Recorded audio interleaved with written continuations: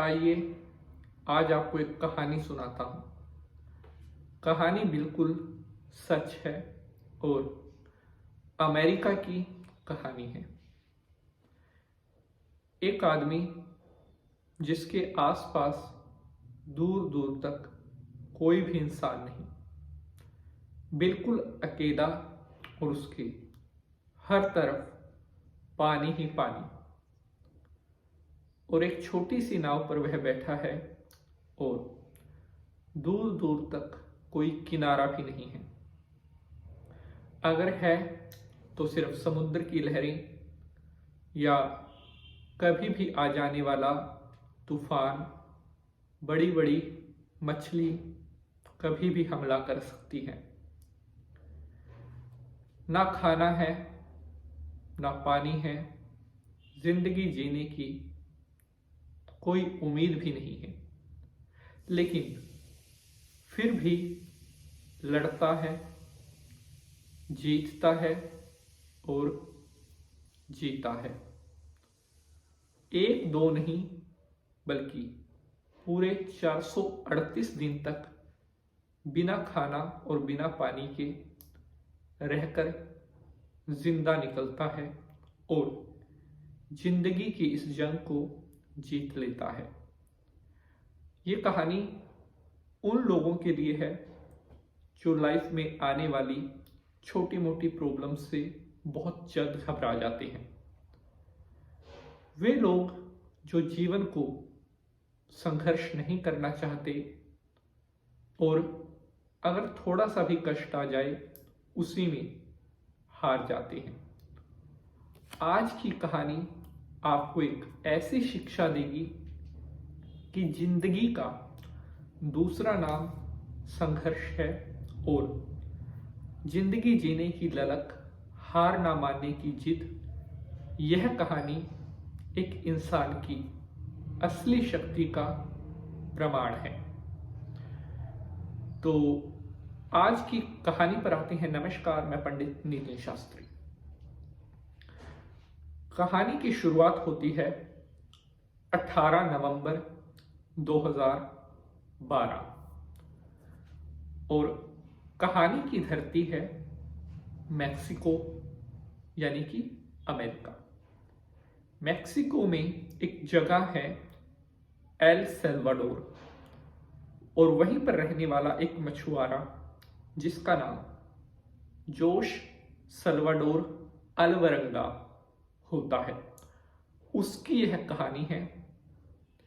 और जोश सल्वाडोर 15 साल से मछली पकड़ने का काम करता है। एक एक्सपीरियंस, बहुत अनुभवी मछुआरा। अपने मालिक के लिए, अपने सेठ के लिए वह नौकरी करता था मछली पकड़ने की। इसी सिलसिले में अब फिर सल्वाडोर को अपने मालिक के लिए समुद्र में मछली पकड़ने के लिए जाना था और उसका एक साथी जो हमेशा उसके साथ मछली पकड़ने जाता था, उसे साथ लेकर जाना था। लेकिन बिल्कुल मौके पर उसके दोस्त की कोई मजबूरी हो जाती है जिसके कारण वो सल्वाडोर के साथ जाने से मना कर देता है और सल्वाडोर को बोलता है कि अगर हो सकता है तो कुछ दिन के लिए रुक जाओ, फिर इकट्ठे चलेंगे। लेकिन सल्वाडोर उससे कहता है कि नहीं, पैसे की बहुत जरूरत है, इसलिए मुझे जाना ही पड़ेगा। अब ऐसा बोलकर सल्वाडोर एक दूसरे लड़के को पकड़ता है जो कि अभी नया नया काम सीख रहा था और उसका नाम होता है कोर्डोवा, जो नया लड़का। दोनों अब मछली पकड़ने के लिए नाव में बैठकर समुद्र में उतरने की तैयारी करते हैं, जोश सल्वाडोर और कोर्डोवा। कहानी में आगे बढ़ें उससे पहले मैं आपको एक बार इनकी नाव के बारे में बता देता हूं कि इनकी नाव कैसी है। आमतौर पर अगर आपने समुद्र में चलने वाले जहाज देखे होंगे तो वो काफी बड़े होते हैं, उनमें आपने देखा होगा तरपाल टाइप लगी होती है, झंडे, बांस के बम्बू लगे होते हैं, जिससे दूर से पता चल जाता है कि समुद्र में कोई नाव आ रही है। लेकिन सल्वाडोर की जो बोट थी, जो नाव थी, वो बिल्कुल छोटी 23 फुट की थी और ना उस पर कोई झंडा लगा हुआ था, ना कोई टेंट लगा हुआ था। अगर दूर से कोई देखे तो उसे पता ही ना चले कि ये कोई नाव आ रही है। अब 18 नवंबर 2012 का दिन आता है जब सल्वाडोर और कोर्डोवा को नाव में बैठकर मछली पकड़ने के लिए समुद्र में उतरना था। इस नाव में जो सामान उन्होंने अपने साथ रखा था, 16 गैलन पानी, 70 गैलन गैसोलीन, 700 हुक्स अलग अलग मछली पकड़ने के लिए, 3 बड़े बड़े चाकू, एक मोबाइल फोन, एक जीपीएस डिवाइस रास्ते के लिए, लेकिन ये वाटरप्रूफ नहीं था। रेडियो मालिक से बात करने के लिए टू वे रेडियो होता है जिससे बात करते हैं, वो था, लेकिन सिर्फ 50% चार्ज था। लेकिन जो सल्वाडोर को 15 साल का अनुभव था मछली पकड़ने में और 15 साल के एक्सपीरियंस के अनुसार ही उसने अपना जो सामान था वो तैयार किया था कि उसे पता था 2 या 3 दिन में लौटना है, तो उस हिसाब से उसने सामान भी अपना सारा तैयार कर लिया था, जिसमें 9 किलो बर्फ थी मछली को रखने के लिए, ताकि जो मछली वो पकड़ते हैं वो खराब ना हो। अब दोनों समुद्र में उतर जाते हैं, सल्वाडोर और कोर्डोवा। पहला दिन बहुत सही रहा, बहुत मछली पकड़ी, मौसम भी ठीक रहा। दूसरा दिन फिर बढ़िया रहा और पहले दिन से मछली थोड़ी कम पकड़ी, लेकिन बढ़िया पकड़ी, अच्छी पकड़ी। लगभग 2 दिन में 500 किलोग्राम मछली उन्होंने पकड़ ली और 2 दिन अब गुजर जाते हैं। अब जैसा कि 2 दिन के बाद इन्हें लौटना था किनारे पर, लेकिन अभी भी ये किनारे से 50 मील अंदर समुद्र में थे। 2 दिन खत्म, 18-19, और 50 मील अभी भी अंदर। तो 20 नवंबर 2012 को इनकी वापसी थी। लेकिन जिसका डर वही चीज हो जाती है। अचानक समुद्र में तूफान आ जाता है और भयंकर वाला। तूफान में इनकी नाव थपेड़े खाती हुई इधर से उधर, उधर से इधर, इनकी नाव जो है रास्ते से भटक जाती है। तूफान शांत होने के बाद सल्वाडोर रेडियो पर मालिक से बात करता है और बताता है कि तूफान में हमारी नाव रास्ता भटक गई है, अब क्या किया जाए। मालिक कहता है कि जीपीएस डिवाइस का यूज करो। सल्वाडोर कहता है कि वो भी खराब हो चुका है। और जो रेडियो था, जैसे मैंने आपको बताया था, सिर्फ 50% चार्ज था। मालिक से बात करते करते रेडियो की बैटरी भी डेड हो जाती है। अब उनके पास कोई सोर्स नहीं है, कोई जीपीएस नहीं है, कोई रेडियो नहीं है, कोई दूर दूर तक कोई आदमी नहीं है, कोई जरिया नहीं है किसी से बात करने का, कोई रास्ता बताने वाला नहीं है। अब धीरे धीरे वक्त गुजरता है और रात होती है। फिर दिन, लेकिन खाने पीने का जो सामान था बचा हुआ था। चौथे दिन फिर तूफान आ जाता है और इन्हें लगा कि अब इनकी नाव जो है वो पलटेगी, क्योंकि नाव में सामान 500 किलोग्राम मछली, गैसोलीन, बर्फ, इनकी वजह से जो नाव थी वो बहुत भारी हो चुकी थी। अब नाव इनकी पलटेगी ऐसा लगा। तो जान बचानी थी, जिस चीज के लिए आए थे वही चीज जान की दुश्मन यानी कि मछली जो रखी हुई थी 500 किलो।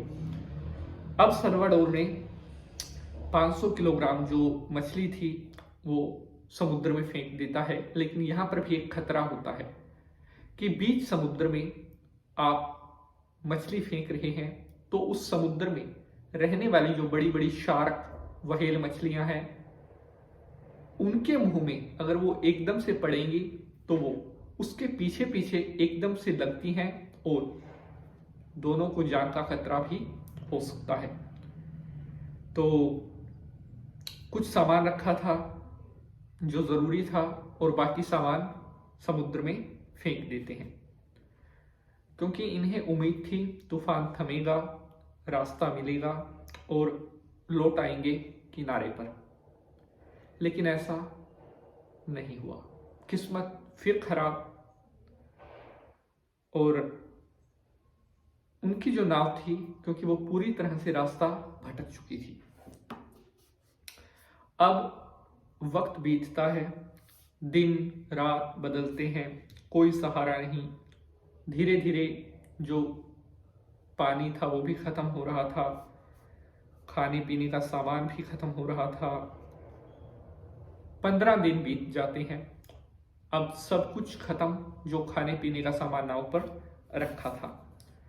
अब जिंदा कैसे रहे? नाव के आसपास आने वाले समुद्री जीव उन्हें पकड़ पकड़ कर सल्वाडोर और कोर्डोबा ने खाया। जिंदा रहने के लिए समुद्र का पानी पीना इन्होंने शुरू किया। हालांकि जो समुद्र का पानी होता है वो नमकीन होता है, पिया नहीं जाता, गला चीर देता है। लेकिन प्यास बुझानी थी तो वो पानी पीना पड़ा। बीच बीच में सल्वाडोर को समुद्र में दूर दूर कई जहाज दिखाई दिए बड़े, लेकिन इन्हें वो दिखाई दिए, उन लोगों को ये दिखाई नहीं दिए क्योंकि इनकी नाव बहुत छोटी थी। अब चीखें चिल्लाएं, कोई फायदा नहीं, क्योंकि आपकी आवाज वहां तक नहीं पहुंच सकती। ऐसे करते करते लगभग 1 महीना गुजर जाता है।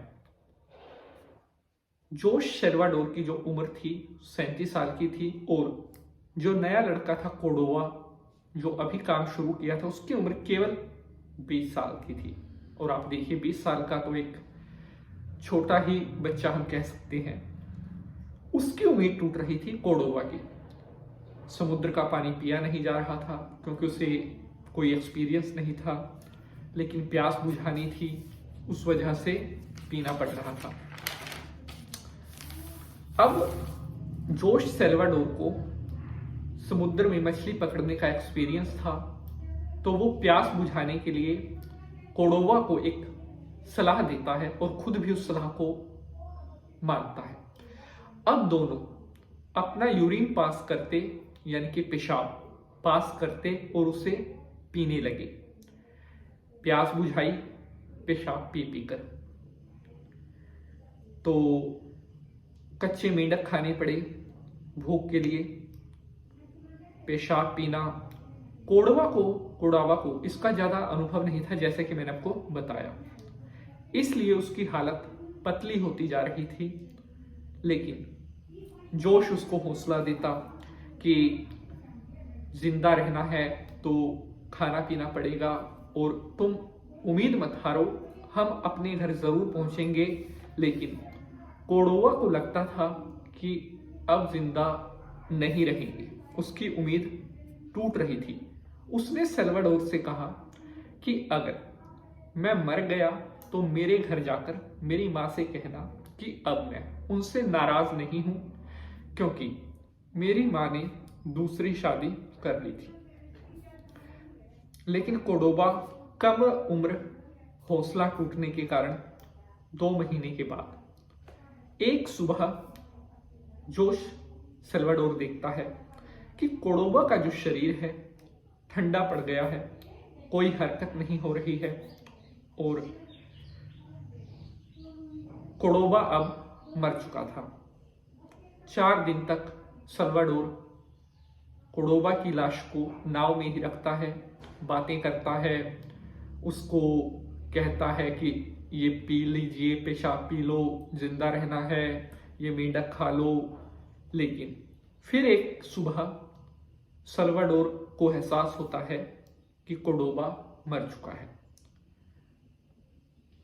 फिर वह खूब रोता है और फिर रोने के बाद वह अपने आप को संभालता है और कोर्डोबा को वह अब समुद्र में डाल देता है।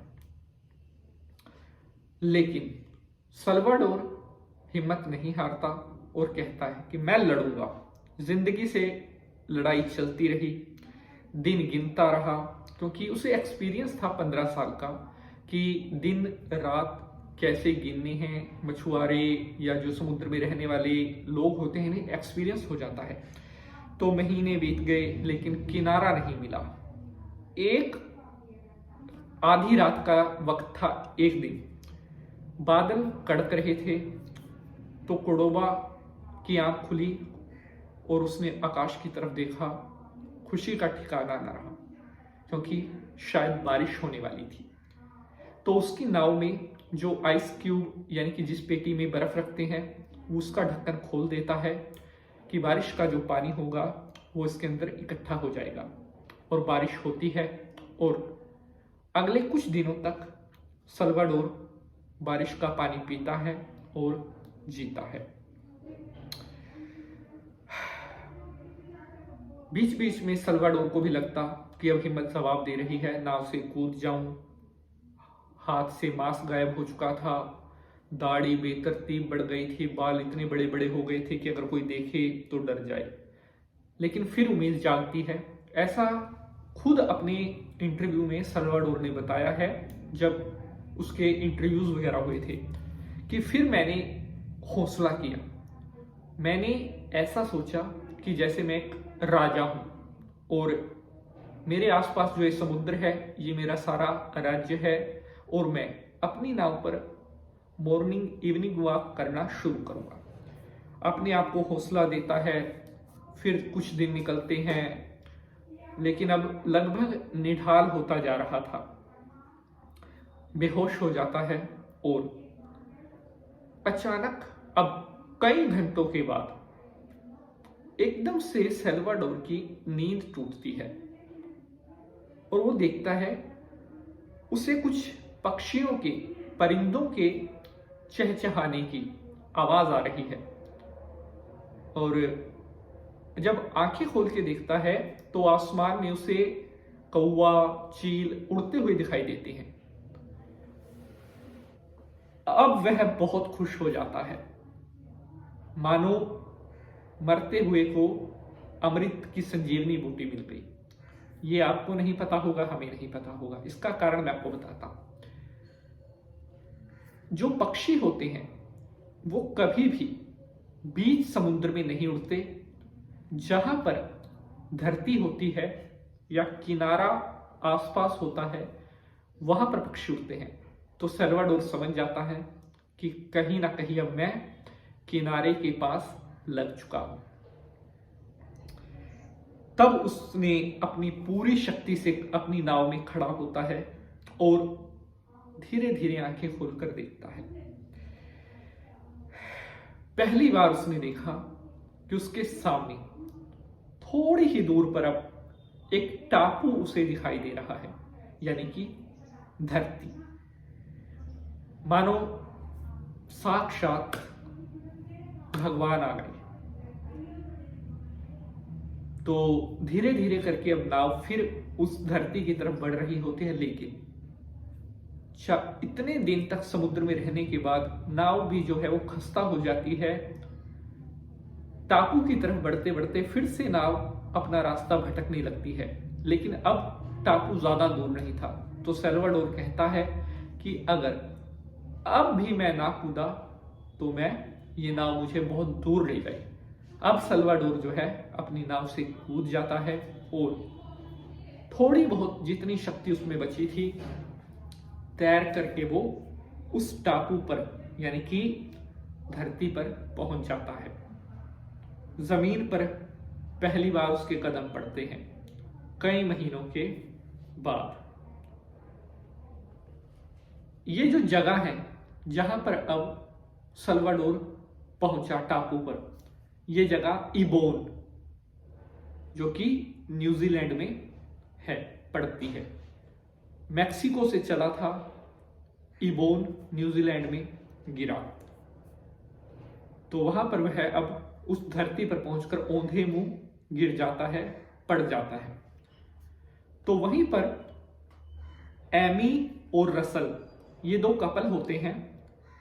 इनके अपने नारियल के पेड़ थे, वहां पर ये अक्सर आते थे। तो ये देखते हैं कि एक शख्स समुद्र के किनारे औंधे मुंह पड़ा है, और जब उसके पास जाते हैं, देखते हैं और देखते ही समझ जाते हैं कि ये कोई भटका हुआ और बहुत महीनों से भटका हुआ है।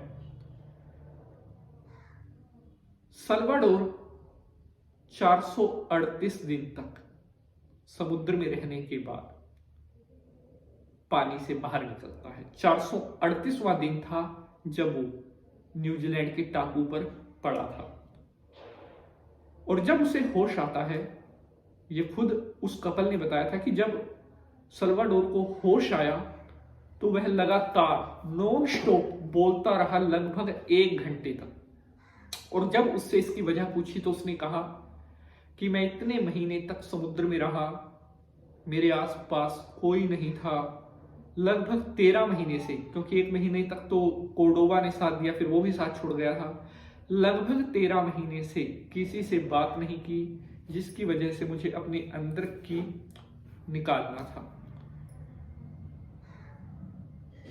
8,800 किलोमीटर यानी कि 8800 किलोमीटर दूर 14 महीने बाद को सल्वाडोर टापू पर गिरता है। अब वहां से उसको हॉस्पिटल ले जाया जाता है, उसके बाल दाढ़ी उसका ट्रीटमेंट चलता है।